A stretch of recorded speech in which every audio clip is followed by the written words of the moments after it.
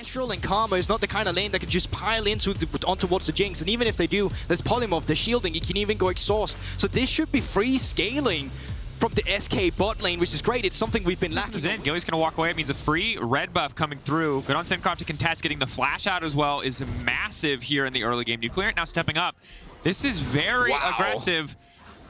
They're going to try to follow up. They're going to go for it. Huge aggression. But again, Gilius 2 charges of smite means he has enough health, not quite to survive. The OG logo coming out. Well, if that isn't a flashback, respect to Cinkrof. And they're not done here because this is a wave stacked up by Adam. TP has to come out from the side of Sertuss. Now they can just back that. If the vision was proper, Gilius could be invading the blue buff right now, but he's just not in right position. So SK, they're not able to trade this off anyway. Yeah, and you can see XP SK is going to find the response here in the early game because it just seems like there's no way for them to realistically go for it. Every time there's mid lane priority with Nuclear, you can see they're going. They got solid vision here in River. 3 pink wards as well, so Realm Warp comes out. It's the bait and switch. They expected him to be going for Herald, but no, they're going bot lane. Limit is going to get taken down. Jezu now dashing out to safety. That's going to be massive. So it means at the end of the day, it is just a 1-for-1. No other objective Insanely low, so Limit, he's already out on the map. You can see in the minimap right now, he's moving up towards that Herald. Treatz on the other end for SK, coming from the top side too. So I don't think we're actually done fighting here. Ultimates are up for Cinkrof if he wants to go in. Can be a bit risky, though. Again, fighting to the Viktor, fighting to the Graves. That smoke screen, always a bit of a difficult proposition. Limit in the area, though. Big shield. Ulti coming out from Gilius. Ulti coming out from Cinkrof. It's getting lower and lower. It's going to come down to a 50-50, a smite fight. SK, can they sink their burst damage? That's the Viktor ult now going in. Might be BDS looking for a little bit more of a flag. Oh, the smite comes in, and Cinkrof takes it. SK have to walk away. Is Nuclear with this blue buff. Just let him shove off the mid lane waves. Start moving around as a unit. Cinkrof, Nuclear. Oh, Nuclear, you need to be careful, though. But that's the phase rush. He just walks away. They don't have any hard CC. They can't lock him down. Cinkrof now going in. Ezreal out from downtown. Limit going to take that one away. 100 for Sertuss now on the side of NuclearInt. We're in the 5Ks here, baby.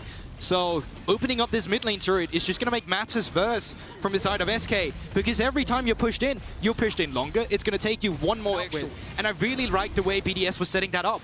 They baited SK into a blue buff fight, said, hey, if you want your blue buff, you're going to have to fight for it. Then when they came to fight for it, they were forced out of their mid lane. There's no way for them to get back on the uprising as well. So dropping games to people in the lower end of the standings is definitely not what you want to do if you want to look towards playoffs now.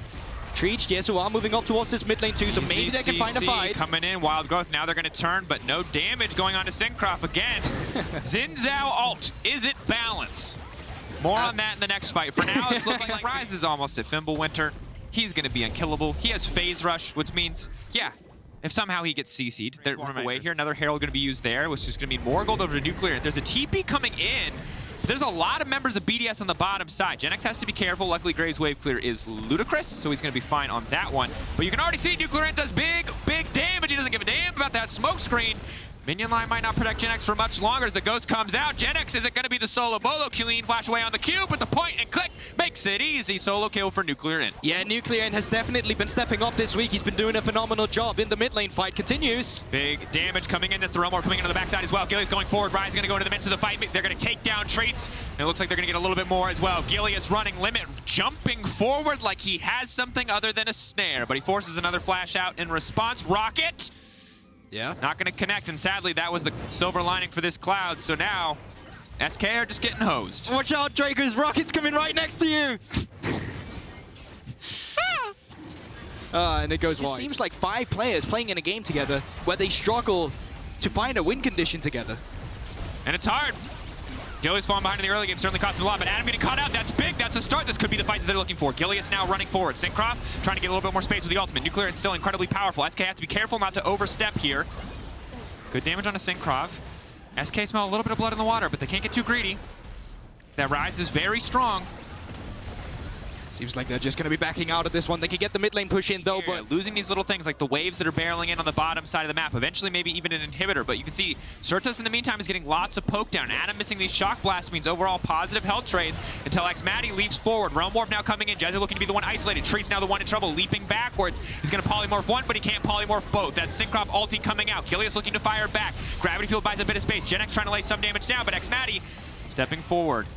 Viktor damage enough to bully BDS back, but SK are the ones who have to retreat. Gilius blinking red, Treatz blinking red, Mountain Soul in front of BDS, and SK won't have the tools to contest unless...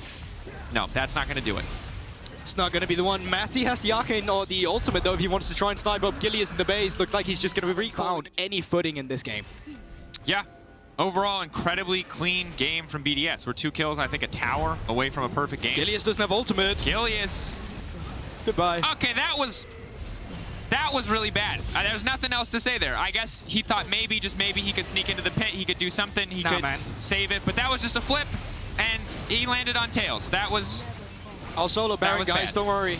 No, you take a risk to contest. I think that's the theory there, but ultimately that tells you right now as the audience the desperation that's coming through, the death ray, maybe the Hail Mary after Hail coming through for xMatty, but feels like we are now just waiting on the BDS victory lap. Slow, steady, controlled game from BDS. That's just not going to work, buddy. He's just and it's the thing, like, SK haven't played this game. Yeah. Like, they've not been given the chance by BDS, but they've also not pulled the trigger either. I mean, Olaf fell behind, and that made a lot of things very difficult. A behind Olaf, less useful than a behind Jarvan, which is saying a lot. And now, we're just kind of watching the slow, steady siege. BDS pushing in. Hugely important win for them again, being at 3 and 4. Excel will have to see how they fare against Astralis later today. If Astralis find the upset, BDS will push themselves above Excel into the running with so many other teams fighting for playoff spots. A lot can change in a single week here, especially when it is best of 1. But for right now, it looks like SK are down for the count. Surely the referee is just counting 1, 2, all the way to 10. And it's just a matter of whether or not SK can stand up and do anything. Wow. But for now, they need 3,000 health worth of stats here and another 200 damage. Lulu can speed him up and he can kill everybody. And that's great, but that is actually not how League of Legends works. So sadly, no matter how good SK push their buttons, they just don't have the right buttons to do anything in this context. Yeah, I was going to say, it's going to create a mistake where you're stepping forward to the chompers as well. Maybe Jezu finding it with 3 items on the Jinx now, but even then, you got the Xin Zhao ultimate. You got the poke coming out from the Jayce and the Ezreal. They're just arcane shifting forward. Cinkrof going in. Goodbye to the AD carry. That's 1 damage source gone. Super minion wave coming in as well. 1 tower going to fall. NuclearInt just standing on the front line. 4 members of SK just walking back into the fountain. Maybe they can get a kill on NuclearInt. He steps back into the Graves damage. He's going to survive for now. Nexus going to fall. BDS up to 3 and 4. SK down to 2 and 6. A clean win from the side of BDS. Exactly. That's a very good side for BDS because they barely made any mistakes that game. You can argue they had like 1 overstep in the mid lane, but even then they're so far ahead that it just didn't matter. And I'm very impressed by Cinkrof.